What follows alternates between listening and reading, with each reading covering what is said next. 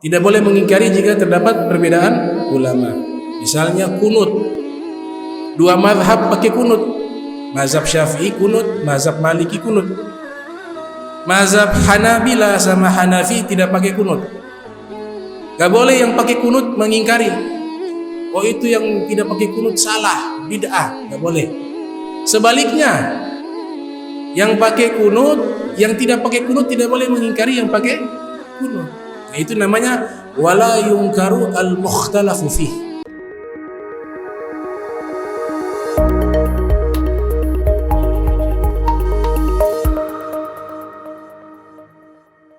Jadi kitab Sahihul Bukhari atau judul aslinya Al-Jami'u Al-Musnadu As-Sahihu Al-Mukhtasaru min Umuri Rasulillahi wa Sunanihi wa Ayyamihi, yang disusun oleh Al-Imam Muhammad bin Ismail bin Ibrahim bin Mughirah bin Bardizbah Al-Ju'fi Al-Bukhari, yang lahir 194 Hijriah, meninggal 256 Hijriah. Beliau punya kitab ini kategorinya Al-Jami'. Kategorinya Al-Jami'. Mungkin yang pernah hadir di awal pernah saya jelaskan. Jadi setiap nama kitab hadis, Al-Jami', As-Sunan, Al-Mustadrak, Al-Mu'jam, Al-Musnaf, itu semua punya arti, punya terminologi. Nah, Al-Jami' ini adalah kitab hadis yang membahas tentang al-bahsu min jami'i mawdu'atid din, membahas tentang seluruh topik agama Islam, mulai dari akidah ada, Bukhari ada letakkan hadis-hadis tentang akidah, bahkan di awal-awal namanya bab iman, membahas juga tentang hukum, membahas juga tentang akhlak, membahas juga tentang tafasir Al-Quran, tafsir Al-Quran. Jadi dia semacam ensiklopedia, kumpulan dari seluruh topik-topik kajian agama Islam, namanya Al-Jami'. Nah, di bab ini Al-Harir tentang pakaian sutra. Tentang pakaian sutra. Hukum dasar pakaian dari perspektif bahan, hukum dasarnya adalah mubah, boleh-boleh saja. Ya bani Adam, qad anzalna alaikum libasa yuwari sawatikum warisha wa libasu taqwa dzalika khair. Jadi hukum dasarnya pakaian mubah, boleh-boleh saja dari perspektif bahan. Namun keterangan yang disampaikan oleh Nabi Muhammad SAW, maka disinilah ada pengecualian. Di antaranya adalah bahan pakaian yang terbuat dari sutra untuk laki-laki, untuk laki-laki. Dan hukum sutra atau pakaian sutra ini tidak terdapat di dalam Al-Quran. Hukum haramnya menggunakan sutra bagi laki-laki tidak terdapat di dalam Al-Quran, tapi terdapat di dalam hadis Nabi Muhammad SAW. Jadi harus diingat, sutra ini problemnya itu di gender laki-laki, bukan perempuan. Yang pertama, hukum laki-laki menggunakan sutra ini jelas, sampai dikatakan zahaba al-a'immatu arba' ila tahrimi lubsil harir ala rajul. Konsensus para ulama 4 mazhab. Jadi gak ada khilaf. 4 mazhab bersepakat bahwa haram menggunakan sutra bagi laki-laki. Kalau sudah ada kesepakatan gak boleh diingkari. Wala yungkaru al-mukhtalafu fih, walakin yungkaru wala yungkaru mukhtalafa fih, walakin yungkaru al-mujma'u alaih. Dalam kaidah usul fikih mengatakan kalau ada kesepakatan gak boleh diingkari. Ada kesepakatan ulama, al-mujma' alaih, sudah ada kesepakatan, kita sami'na wa ata'na. Kalaupun ada perbedaan tasamuh, perbedaan hukum, maka toleransi. selama itu ada pendapat para ulama. Jadi wala yungkaru al-mukhtalafu fi, tidak boleh mengingkari. Kaidah yang kedua, tidak boleh mengingkari jika ada perbedaan pendapat ulama. Tidak boleh mengingkari jika terdapat perbedaan ulama. Misalnya kunut, dua mazhab pakai kunut, mazhab Syafi'i kunut, mazhab Maliki kunut. Mazhab Hanabila sama Hanafi tidak pakai kunut. Gak boleh yang pakai kunut mengingkari, oh itu yang tidak pakai kunut salah, bid'ah, gak boleh. Sebaliknya, yang pakai kunut, yang tidak pakai kunut tidak boleh mengingkari yang pakai kunut. Nah itu namanya wala yungkaru al-mukhtalafu fih. Tapi kalau hukum sutra, pakaian sutra, kesepakatan para ulama. Sehingga dikatakan oleh Imam Nawawi yang lahir 631 Hijriah, meninggal 676 Hijriah, dalam kitab Al-Majmu' ala Syarhi Muhadzab, beliau mengatakan derajat pengharaman sutra digunakan oleh laki-laki itu al-ijma', kesepakatan. Juga ulama dari mazhab Hanabila, Ibnu Qudamah dalam kitab Al-Mughni mengatakan juga derajat pengharaman sutra bagi laki-laki itu al-ijma', kesepakatan. Di dalam hadis muttafaqun alaih, itu disebutkan riwayat dari Sayyidina Umar bin Khattab radhiyallahu ta'ala anhu arda. Beliau mengatakan Nabi sallallahu alaihi wasallam bersabda, atau kama qala Nabi sallallahu alaihi wasallam, man labisal harira fid dunya lam yalbashu fil akhirah. Laki-laki yang menggunakan pakaian sutra di dunia, maka dia tidak akan memakai pakaian sutra di akhirat, di surganya Allah Subhanahu wa taala. Karena di surga nanti pakaiannya sutra. Libasuhum fiha harirun. Allah taala berfirman, pakaian mereka penghuni surga di dalam surga adalah harirun, sutra. Kemudian riwayat yang kedua diriwayatkan oleh Imam Bukhari dari Abi Hurairah, Rasul sallallahu alaihi wasallam pernah menyampaikan dan dijelaskan oleh para sahabat bahwa Nabi menyatakan sayakunu fi ummati, tapi di redaksi hadisnya fi ummatihi, karena ada sahabat yang mengabarkan akan terjadi di umatnya Nabi Muhammad sallallahu alaihi wasallam, may yastahil al-hirra wal harira wal khamra wal ma'azif, orang yang menghalalkan al-hira. Al-hira ini adalah perzinahan, wal harira sutra, wal khamra minuman keras, wal ma'azif alat-alat musik. Jadi dua al-hira sama al-khamru itu kesepakatan haram mutlak. Tapi kalau sutra ada penjelasan, kalau ma'azif juga ada penjelasan. Jadi musik ini nanti bab khusus, nanti kita bisa bahas secara rinci. Sekarang kita fokus di sutra. Dari hadis tersebut sudah jelas Nabi katakan may yastahillu, orang yang menghalalkan, berarti sebelumnya haram. Kemudian yang ketiga ada hadis dari Abu Musa al-Ash'ari, sahabat Rasul sallallahu alaihi wasallam. Beliau mengatakan Nabi sallallahu alaihi wasallam bersabda, innallaha ta'ala ahalla li inathi ummati al-harira wadh-dhahab wa harramaha ala dzukuriha. Sesungguhnya Allah Subhanahu wa taala menghalalkan sutra dan emas bagi wanita umatku, dan Allah mengharamkannya bagi laki-laki dari umatku, kata Nabi Muhammad SAW. Dalam riwayat Imam Tirmidzi, hadis tadi diriwayatkan oleh Imam An-Nasai yang lahir 215 Hijriah, meninggal 303 Hijriah. Hadis berikutnya diriwayatkan oleh Imam Muhammad bin Isa Tirmidzi yang lahir 209 Hijriah, meninggal 279 Hijriah. Rasul sallallahu alaihi wasallam bersabda dengan riwayat yang sama dari Abu Musa al-Ash'ari. Nabi bersabda, hurrima al-hariru wadh-dhahab ala dzukuri ummati wa uhilla li inathihim. Diharamkan sutra dan emas bagi laki-laki umatku dan dihalalkan bagi para wanita mereka. Ini hadis riwayat Imam Tirmidzi. Dari hadis ini ada yang lebih spesifik menjelaskan riwayat pengharaman sutra bagi laki-laki.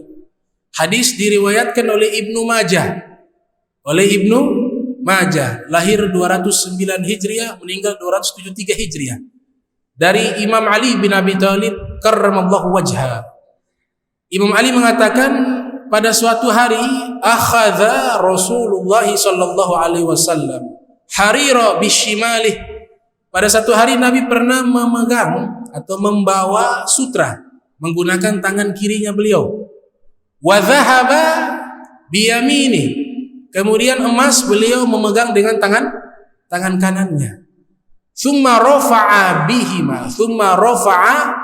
bihima yadaihu. Kemudian Nabi mengangkat kedua tangannya. Jadi tadi tangan kiri sutra, tangan kanan emas. Faqal, kemudian Nabi sallallahu alaihi wasallam bersabda, "Inna hadzaini." Sesungguhnya dua benda ini, yaitu sutra dan emas. Sesungguhnya sutra dan emas ini adalah haram. Haramun ala dzukuri ummati. Haram bagi laki-laki dari umatku. Wa hillun li inafihim. Namun halal bagi wanita mereka. Jadi jelas pakaian sutra bagi laki-laki hukumnya haram. Ini masalah pertama. Masalah kedua, hukmu lubsil harir lis-sobi. Hukum menggunakan sutra bagi anak laki-laki. Kalau tadi kasusnya sudah buluk, sudah taklif, sudah dewasa. Pertanyaan, apakah boleh anak kecil pakai sutra? Maka di sini terjadi beberapa pendapat para ulama, para fuqaha. Dua pendapat dari Imam Ahmad bin Hanbal dan Imam Abu Hanifah mengatakan hukumnya tetap haram walaupun kepada anak kecil laki-laki. Pendapat kedua dari Imam Malik. Imam Malik mengatakan hukumnya jawaz ma'al karaha. Hukumnya boleh tapi makruh. Makruh. Jadi makruh ini juga nanti di dalam ilmu fikih ini ada dua. Ada karahatu tahrim, ada karahatu tanzih. Ada makruh yang mendekati haram, ada yang makruh tidak mendekati yang haram. Itu di bab fikih. Jadi anak kecil tiga pendapat. Mazhab Hanabila dan mazhab Hanafi mengatakan hukumnya haram walaupun anak kecil pakai sutra. Anak kecil laki-laki, kalau perempuan tidak ada masalah. Yang kedua, Imam Malik mengatakan makruh. Yang ketiga, Imam Syafi'i, ada dua pendapat dari para ulamanya. Ada yang mengatakan haram, ada yang mengatakan boleh secara mutlak. Dengan syarat anak kecilnya itu lam yablugh al-haulain, belum mencapai usia 2 tahun. Jadi kalau sudah di atas 2 tahun hukumnya sama, haram. Nah, ini kasus kedua. Hukum menggunakan sutra bagi anak kecil. Yang ketiga, hukmul lubsil harir makhlud. Hukum menggunakan sutra dengan ada bahan campuran. Tadi jelas kalau yang haram itu sutra murni tidak ada campuran. Haram untuk laki-laki. Sekarang sutra dicampur dengan bahan yang lain. Sutra dicampur dengan bahan yang lain. Maka di sini Imam Nawawi dari mazhab Syafi'i mengatakan innal i'tibara bil wazn. Maka status hukumnya itu mengikuti timbangan atau presentasi berat bahan. Jadi kalau sutranya lebih banyak dari bahan yang lain kita campur, maka hukumnya haram. Tapi kalau bahan lain lebih banyak daripada sutra, walaupun ada sutra campuran, maka hukumnya halal. Itu kalau campuran. Pendapat yang lain mengatakan kalau kasusnya sama, sutranya 50%, bahan lainnya juga 50%. Muncul dua pendapat. Pendapat yang pertama mengatakan, oh kalau statusnya sama, presentasinya sama, 50% sutra, 50% bahan lain, maka hukumnya adalah haram. Pendapat kedua mengatakan kalau 50% sutra, 50% bahan yang lain, hukumnya halal. Imam Nawawi mengatakan yang paling kuat halal. Jadi kalau 50%, Imam Nawawi mengatakan halal yang paling kuat, dan itu pendapat mayoritas para ulama. Ini tentang kasus kedua. Kasus ketiga ya. Yang keempat, apakah sutra itu hanya haram digunakan untuk dipakai sebagai pakaian? Ini di dalam hadis Imam Bukhari menyebutkan ada larangan dari Nabi Muhammad SAW bahwa keharamannya itu bagi laki-laki bukan hanya pakai sebagai pakaian, tapi juga dijadikan tempat duduk, dijadikan selimut, itu juga haram. Ini hadis riwayat daripada Huzaifah al-Yamani. Huzaifah al-Yamani mengatakan, nahana Nabi Muhammad SAW melarang kami an lubsil harir, memakai sutra. Lubsil harir, memakai sutra. Kemudian wadibaj, dan juga sutra yang halus. Sutra, ada sutra kasar, ada sutra halus. Wa an najlisa alaihi, dan juga Nabi larang kami duduk di atas sutra. Maka ulama seperti Syarihul Sahih al-Bukhari yang mensarahkan hadis Sahih Bukhari, yaitu Al-Imam Ahmad ibn Ali ibn Hajar al-Asqalani yang lahir tahun 773 Hijriah, meninggal 852 Hijriah, dalam kitabnya Fathul Bari, beliau mengatakan hadis tersebut hujjatun qawiyah liman qala biman'i julus alal harir. Hadis tersebut sudah cukup kuat sebagai hujjah bahwa ada pengharaman duduk di atas sutra bagi laki-laki. Makanya Imam Nawawi di dalam kitabnya Syarh Muslim, juga kitab fikih beliau Al-Majmu', itu mengatakan yuhramu, diharamkan, alar rajul, bagi laki-laki, lubsul harir, memakai baju terbuat dari sutra. Au julus alaih, atau duduk di atas sutra. Au naum alaih, atau dipakai selimut untuk tidur. Dengan catatan sutranya tadi sutra murni. Ada juga harirun sina'iyun. Harirun sina'iyun.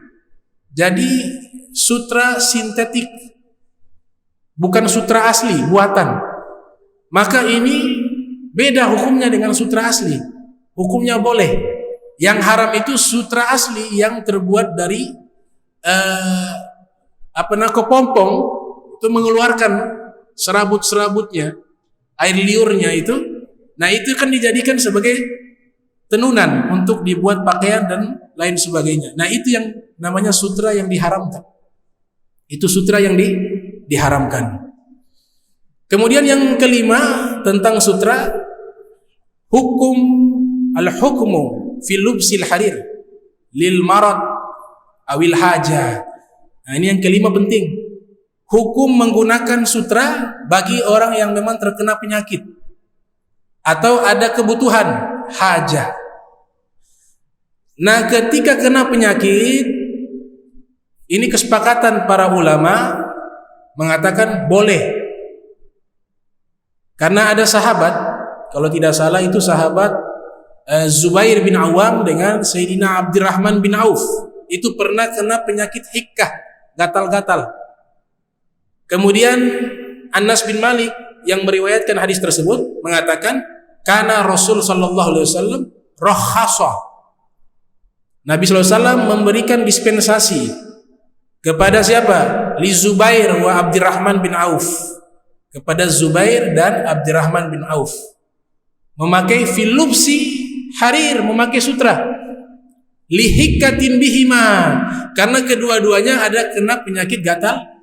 Ini sutra ini kan halus, lembut.